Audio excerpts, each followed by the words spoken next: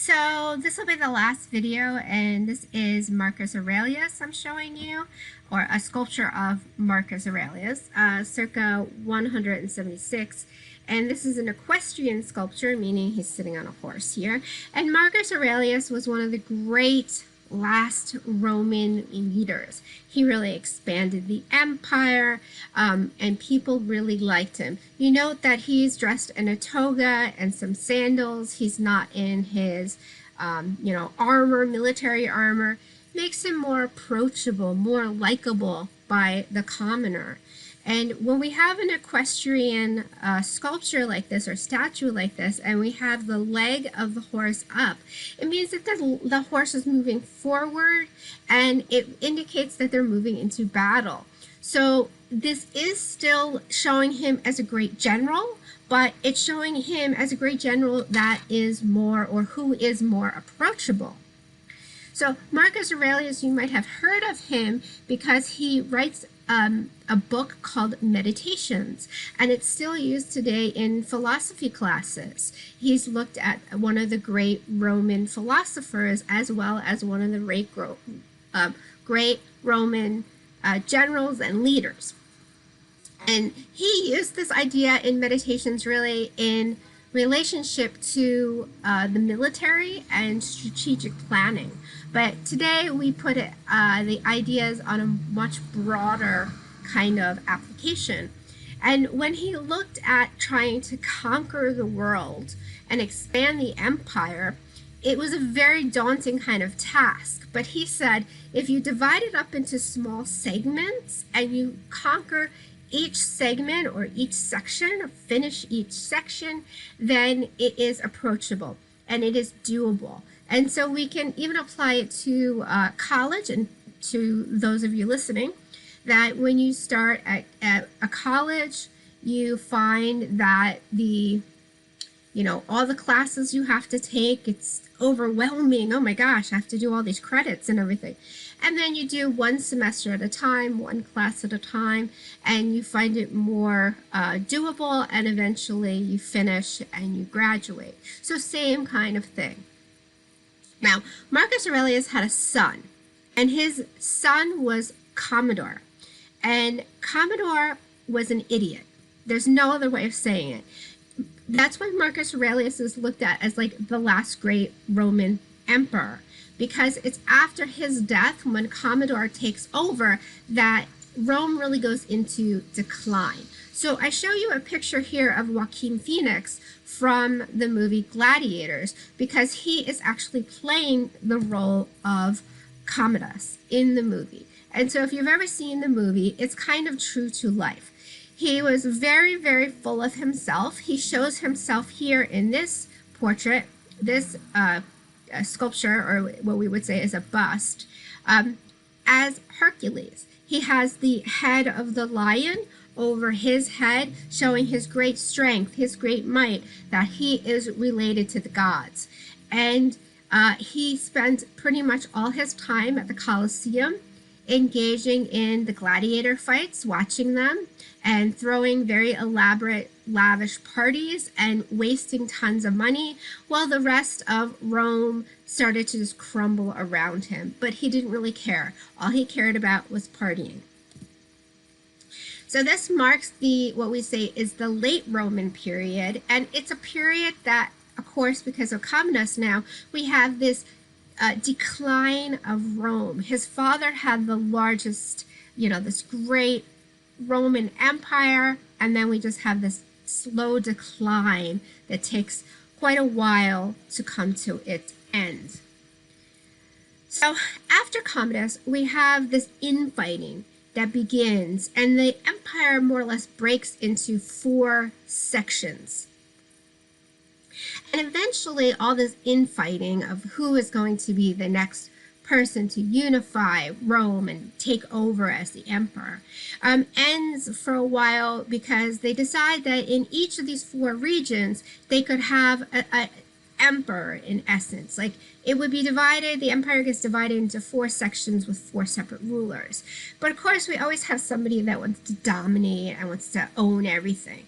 So we have 2 rulers, Maximus and Constantine, and they both want supremacy. They both want to control the entire empire. So they battle it out in the south of France. And Maximus was winning the battle quite badly. And Constantine thought that was it. He's definitely going to lose this. So he prays for help, but he doesn't pray to the Roman gods. He prays to the Catholic God. And the tide of the battle turns, and he wins. And Constantine then is able to reunite these four regions of the Roman Empire and come and become the Roman emperor of all of Rome. And so in Rome itself, we have built between 306 and 313 this basilica, which is commemorating this battle and the victory of Constantine. We also have, I have these plans here, we also have within this basilica this great head of Constantine that is shown. And so here, this is the reconstruction drawing of it, and there was a giant statue of Constantine on his throne, and this is the head that we have left from this. And the head is more than 8 feet tall, so you can imagine how the size of this statue or sculpture was humongous. And so here we have Constantine. Now, Constantine is important because he not only unifies the empire again, but because he prayed to the Catholic gods and he won, or the Catholic God, I should say, and he won the battle. He decides that everyone within the empire should be converted to Christianity. So a lot of people don't like this. You know, can you imagine if you go to bed one night and you're believing in one faith and you wake up in the morning and you're told, well, you're not allowed to practice your religion anymore. You have to practice this religion. So, of course, we're not going to be too happy about that. So the people of Rome didn't like that. That caused some big conflicts. And then what he does also is he takes the capital, which had been in Rome all this time, and he changes it to what was known as Byzantium. And he changes the name of the city of Byzantium to Constantinople, in his honor, of course, because he thinks he's so great, so he names the city after himself. This city later gets changed, the name gets changed once again when the Ottoman Turks take over, and they change it to Istanbul, and that's what it's called today. So I'm talking about the city of Istanbul. So it was first Byzantium, then Constantinople, and today it's Istanbul. So we have this arch, and I've showed you like the Arch of Titus and stuff. These arches were always made to commemorate these great rulers, these great leaders, but this arch is really interesting. It's made in Rome in 312 to 315, and the empire is in such decline at this time period that the artisans that knew how to do the carvings and the architecture like this weren't even around anymore. So what they did when he said, I want an arch made in my honor, is they actually went around Rome and they took pieces off of other arches to create this arch. So this is like made of many, many arches that were put together, and then carvings done on it to commemorate certain moments in Constantine's life and victories.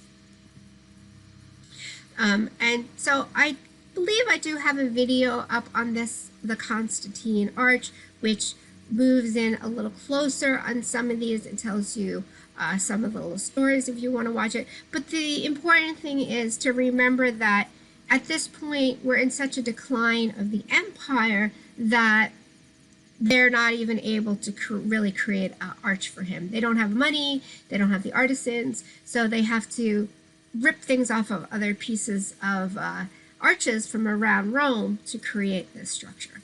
Okay, so we'll pick up, we will come back to Rome again, because we'll see that Rome, eventually after Constantine, I'll explain, it's divided in half. One is the eastern and one is the western. So the eastern part will continue on for a very long time period.